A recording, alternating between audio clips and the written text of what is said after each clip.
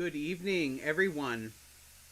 You can probably, perhaps you can't, I don't know, but you can probably hear the hissing from my radiators. It's getting a little bit colder here in Chicago. I was out earlier with my short sleeves because I don't know how much longer I'm going to be able to do that. So that was enjoyable. Brisk, I think, is the word we would use. So tonight's Advent is a little bit different. I'm taking a short break from Erma Bombeck tonight because it is my grandmother's birthday. Um, she is 96 today. I spoke to her a few hours ago, and she's essentially been under total lockdown since March. She lives in a retirement community in Southern Oregon, which, I mean, she would never say this, but she hates it. I mean, she's a lifelong Southern Californian, so Southern Oregon doesn't really agree with her. But fortunately, living in Southern Oregon puts her within spitting distance of a large portion of my family, and so that part of it is quite good. But she's in good spirits because she was allowed to go spend Thanksgiving with the family, and then she's been under quarantine since then because a lot of people in the community went to spend Thanksgiving with their families locally, and she is celebrating her birthday along with my cousin, although I call him my little brother, who's turning 19 on the 11th, and they're going to celebrate together on Friday, which makes me really happy. But the reason why all of this, the reason why I've switched up my format today is because my grandmother was is, I mean, a firm believer in reading. She's a voracious reader of books, and although it's really funny, like right now she's reading a lot of Danielle Steele, just because it's just good trash, and I really appreciate that about her because she's just like, she's the kind of woman who just has to be doing something like at all hours, like that. She just really doesn't like to be sitting around doing nothing. So we had a fun conversation about Danielle Steele. But she chose to read The Little Prince to me as a child, and if I had to pick a favorite book, I guess this would be it. In fact, the book that I'm reading from tonight, this is actually the book that she purchased for me. Gosh, probably 1987 now. And what I appreciate about The Little Prince is that it's the kind of book that it's written to go over the heads of adults, specifically to children, so that both adults and children can understand it. But, and I mean, I can bear witness to this, as I've gotten older, the stuff that's in this book, it hits different as you get older.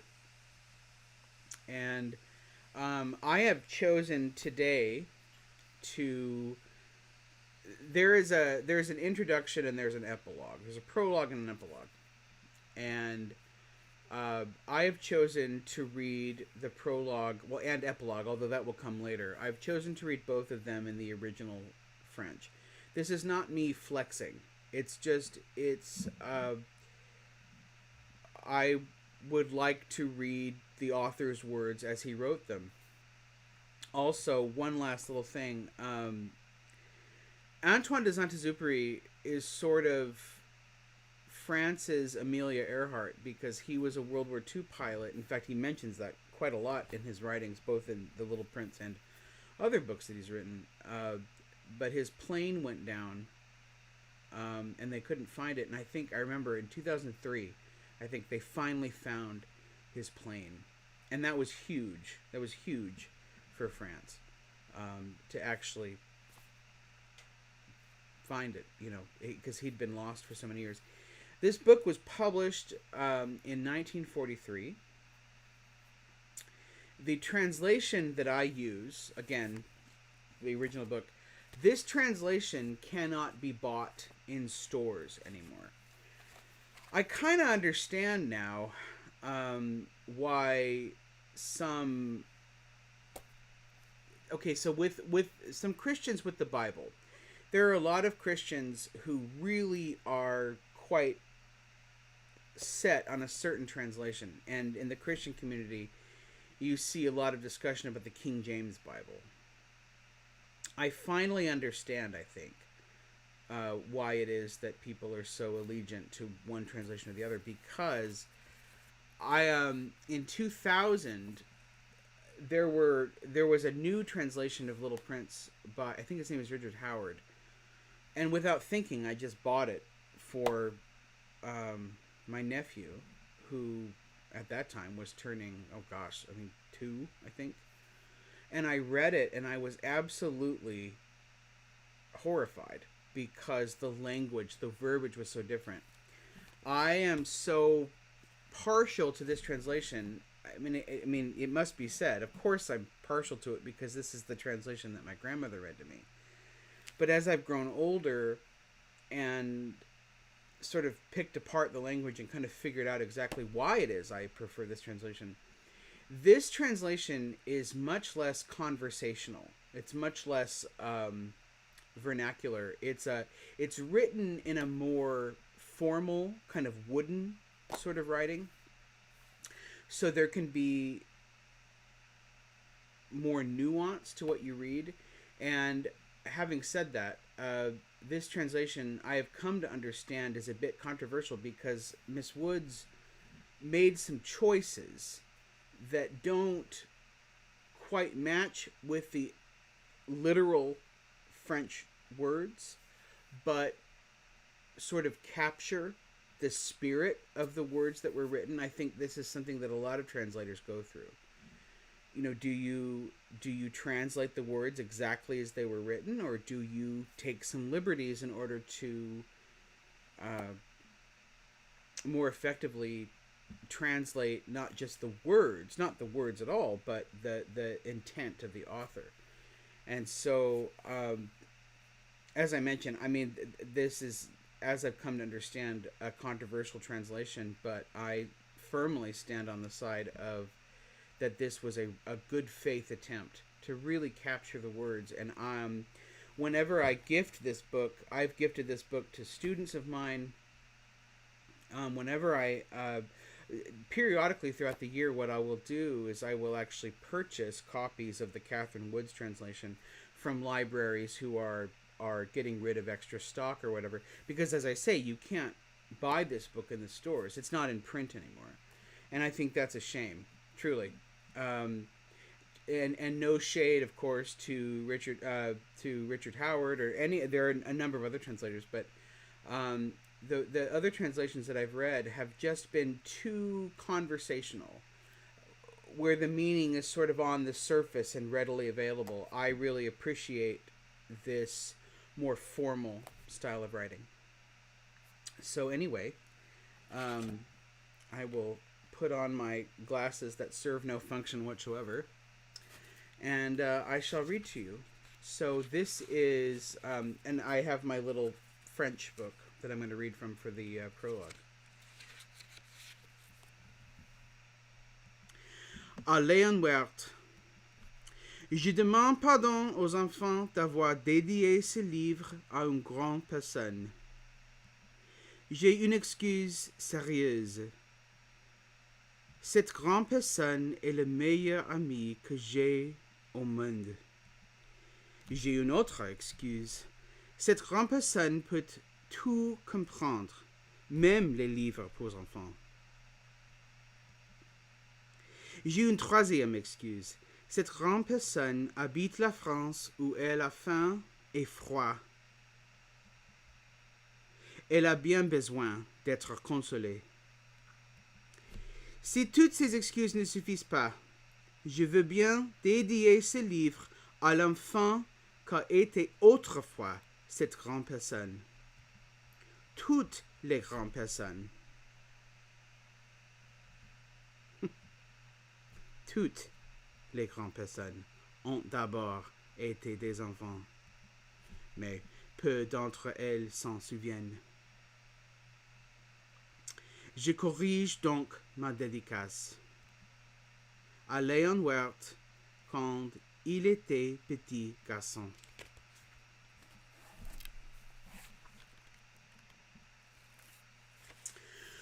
Once, when I was 6 years old, I saw a magnificent picture in a book called True Stories from Nature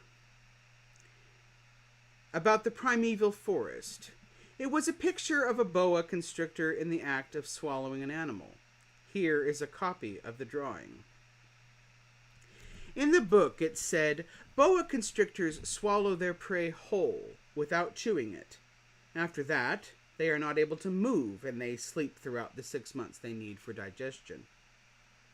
I pondered deeply then over the adventures of the jungle, and after some work with a colored pencil, I succeeded in making my first drawing, my drawing number 1. It looked like this.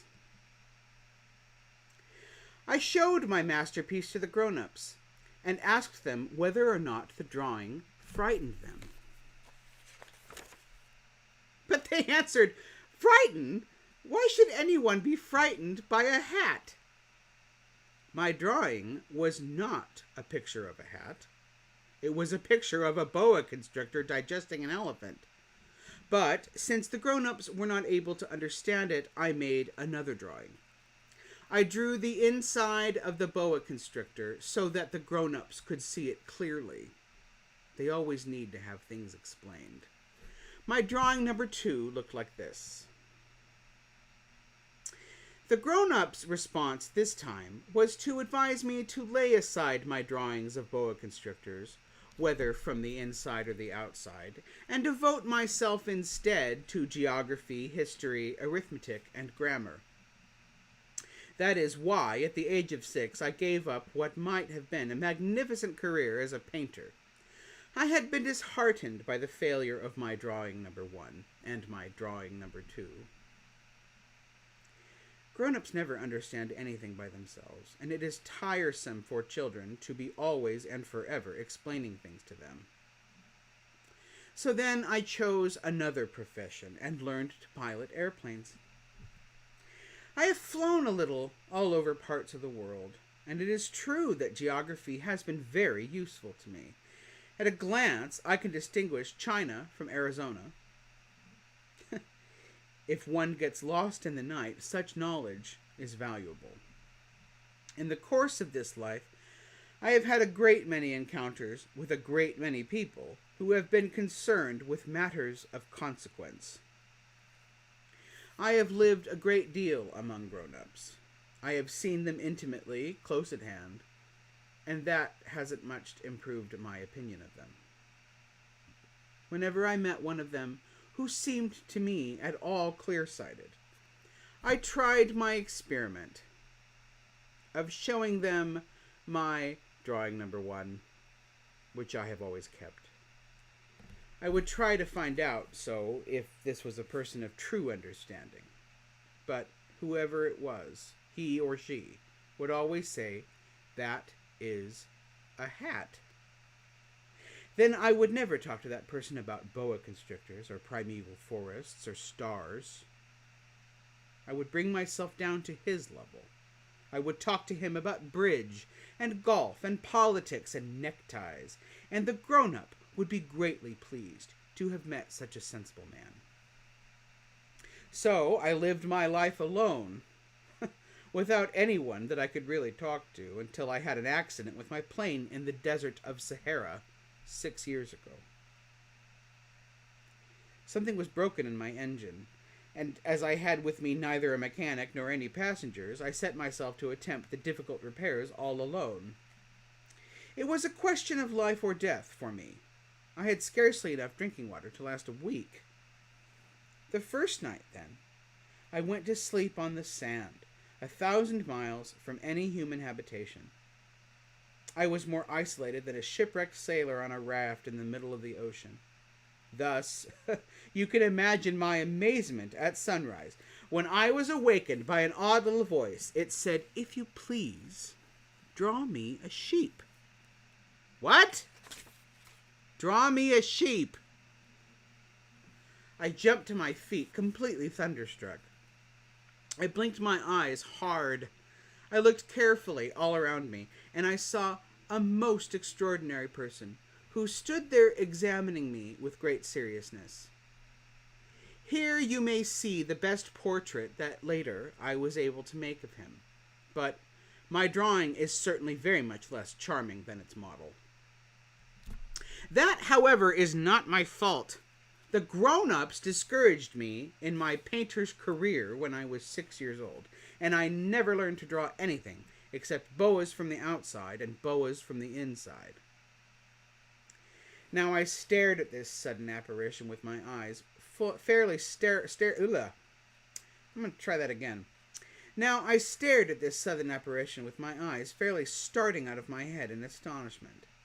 Remember, I had crashed in the desert 1,000 miles from any inhabited region, and yet my little man seemed neither to be straying uncertainly among the sands, nor to be fainting from fatigue, or hunger, or thirst, or fear. Nothing about him gave any suggestion of a child lost in the middle of the desert, 1,000 miles from any human habitation. When at last I was able to speak, I said to him, "But what are you doing here?" And in answer he repeated very slowly, as if he were speaking of a matter of great consequence, "If you please, draw me a sheep." When a mystery is too overpowering, one dare not disobey. Absurd as it might seem to me, 1,000 miles from any human habitation, and in danger of death, I took out of my pocket a sheet of paper and my fountain pen. And then I remembered how my studies had been concentrated on geography, history, arithmetic, and grammar, and I told the little chap, a little crossly too, that I did not know how to draw. He answered me, "That doesn't matter. Draw me a sheep." But I had never drawn a sheep. So I drew for him one of the two pictures I have drawn so often. It was that of the boa constrictor from the outside. And I was astounded to hear the little fellow greet it with, No. I don't want an elephant inside a boa constrictor. A boa constrictor is a very dangerous creature, and an elephant is very cumbersome. Where I live, everything is very small. What I need is a sheep. Draw me a sheep." So I made a drawing. He looked at it carefully, then he said, No, this sheep is already very sickly. Make me another." So I made another drawing. My friend smiled gently and indulgently. "You see yourself," he said, "that is not a sheep. That is a ram. It has horns." So then I did my drawing ever once more. But it was rejected too, just like the others. "This one is too old. I want a sheep that will live a long time." By this time, my patience was exhausted, because I was in a hurry to start taking my engine apart. So I tossed off this drawing. And I threw out an explanation with it. "This is only his box. The sheep you asked for is inside." I was very surprised to see a light break over the face of my young judge. "That is exactly the way I wanted it. Do you think that this sheep will have a great deal of grass?" "Why?" "Because where I live, everything is very small." "There will surely be enough grass for him," I said. "It is a very small sheep that I had given you." He bent his head over the drawing. "Not so small that... Look! He's gone to sleep." And that is how I made the acquaintance of the little prince. It took me a long time to learn where he came from. The little prince, who asked me so many questions, never seemed to hear the ones I asked him. It was from words dropped by chance that, little by little, everything was revealed to me. The first time he saw my airplane, for instance, I shall not draw my airplane. That would be much too complicated for me. He asked me, "What is that object?" "That is not an object. It flies. It's an airplane. It's my airplane." And I was proud to have him learn that I could fly. He cried, "Then what? You dropped down from the sky?" "Yes," I answered modestly. "Oh, that is funny." And the little prince broke out into a lovely peal of laughter, which irritated me very much. I like my misfortunes to be taken seriously. Then he added, "So you too come from the sky. Which is your planet?" At that moment I caught a gleam of light in the impenetrable mystery of his presence, and I demanded abruptly, "Do you come from another planet?" But he did not reply. He tossed his head gently, without taking his eyes from my plane. "It is true that on that you can't have come from a very far way." And he sank into a reverie, which lasted a long time. Then, taking my sheep out of his pocket, he buried himself in the contemplation of his treasure. You can imagine how my curiosity was aroused by this half-confidence about the other planets. I made a great effort, therefore, to find out more on this subject. "My little man, where do you come from? What is this 'where I live' of which you speak? Where do you want to take your sheep?" After a reflective silence, he answered, "The thing that is so good about the box you have given me is that at night he can use it as his house." "That is so. And if you are good, I will give you a string too, so that you can tie him during the day, and a post to tie him to." But the little prince seemed shocked by this offer. "Tie him? What a queer idea." "But if you don't tie him," I said, "he will wander off somewhere and get lost." My friend broke into another peal of laughter. "But where do you think he would go?" "Anywhere, straight ahead of him." Then the little prince said earnestly, "That doesn't matter. Where I live, everything is so small." And with perhaps a hint of sadness, he added, "Straight ahead of him, nobody can go very far." I had thus learned a second fact of great importance. This was that the planet the little prince came from was scarcely larger than a house. But that didn't really surprise me much. I knew very well that in addition to the great planets such as Earth, Jupiter, Mars, Venus, to which we have given names, there are also hundreds of others, some of which are so small that one has a hard time seeing them through a telescope. When an astronomer discovers one of these, he does not give it a name, but only a number. He might call it, for example, asteroid 325. I have serious reason to believe that the planet from which the little prince came from is the asteroid known as B612. This asteroid has only once been seen through the telescope. That was by a Turkish astronomer in 1909. On making his discovery, the astronomer had presented it to the International Astronomical Congress in a great demonstration. But he was in Turkish costume, and so nobody would believe what he said. Grown-ups are like that. Fortunately, however, for the reputation of asteroid B612, a Turkish dictator made a law so that his subjects, under pain of death, should change to European costume. So, in 1920, the astronomer gave his demonstration all over again, dressed with impressive style and elegance, and this time everybody accepted his report. I have told you these details about the asteroid, and made a note of its number for you. It is on account of the grown-ups and their ways. Grown-ups love figures. When you tell them that you have made a new friend, they never ask you questions about essential matters. They never say to you, "What does his voice sound like? What games does he love best? Does he love collect butterflies?" Instead, they demand, "How old is he? How many brothers has he? How much does he weigh? How much money does his father make?" Only from these figures do they think they have learned anything about him. If you were to say to the grown-ups, "I saw a beautiful house made of rosy brick with geraniums in the windows and doves on the roof," they would not be able to get any idea of that house at all. You would have to say to them, "I saw a house that cost $20,000. Then they would exclaim, "Oh, what a pretty house that is." Just so, you might say to them, "The proof that the little prince existed is that he was charming, that he laughed, and that he was looking for a sheep. If anybody wants a sheep, that is proof that he exists.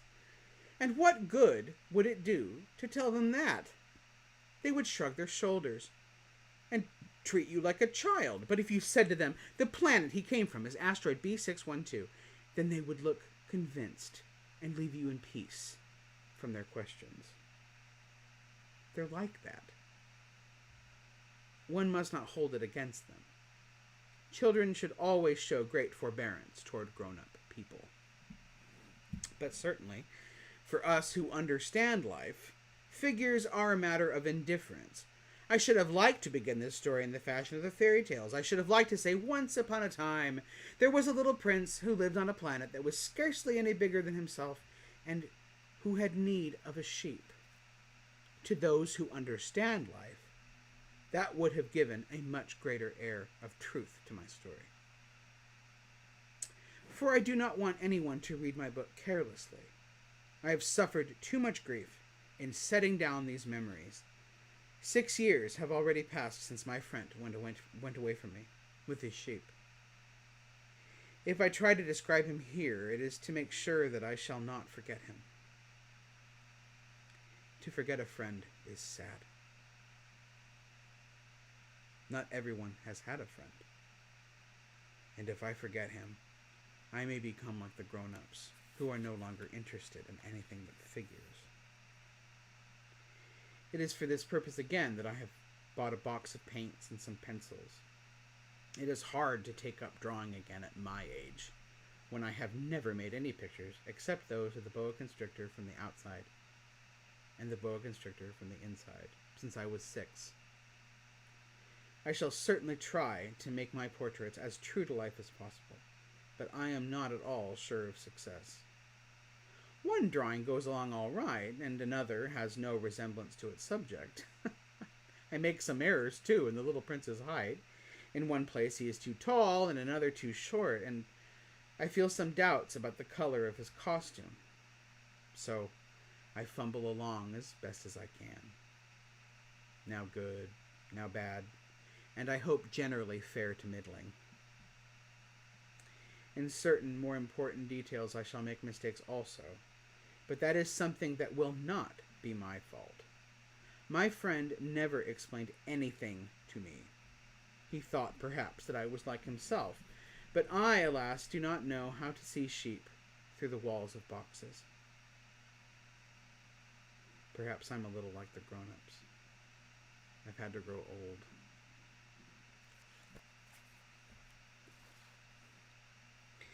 So, thus ends the introduction to The Little Prince. I will resume again tomorrow with Erma Bombeck. And then I will pick up again with The Little Prince on Sunday, which is a new week of Advent. But I felt it kind of inappropriate to continue on with Erma Bombeck, although my grandmother has read to me a great amount of Erma Bombeck.